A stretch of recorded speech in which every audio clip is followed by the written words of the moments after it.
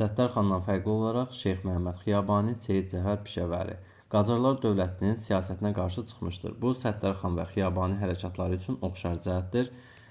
Çünki Qacarlar sülaləsi 1796-1925-ci illərdə İran ərazisində hakimiyyətdə olmuşdur və hər ikisinə də düşür. A-nı çıxardırıq. A-nı variantlardan da dərhal ixtisar edirik. Cənubi Azərbaycana muxtariyyət verilməsi tələbi irəli sürülmüşdür. Bu, həqiqətən də Xiyabaniyə aiddir.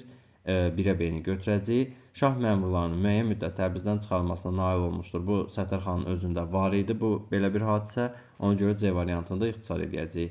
Deməli, bizim düzgün cavabımız 1-ə B olacaq birinci hissədə. Bu variantı da atırıq. Keçirik ikinci hissəyə.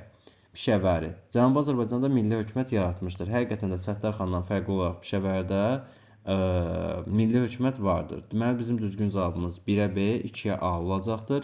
İndi isə səhvləri izah edək.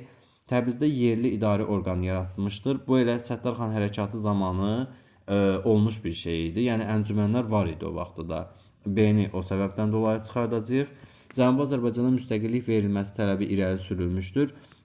Müstəqillik verilməsi tələbi bu sual üçün yanlışdır. Çünki orada muxtariyyət verilməsi olmalı idi. Ona görə də C-ni çıxardırıq. Düzgün cavabımız 1-ə B, 2-yə A olacaqdır.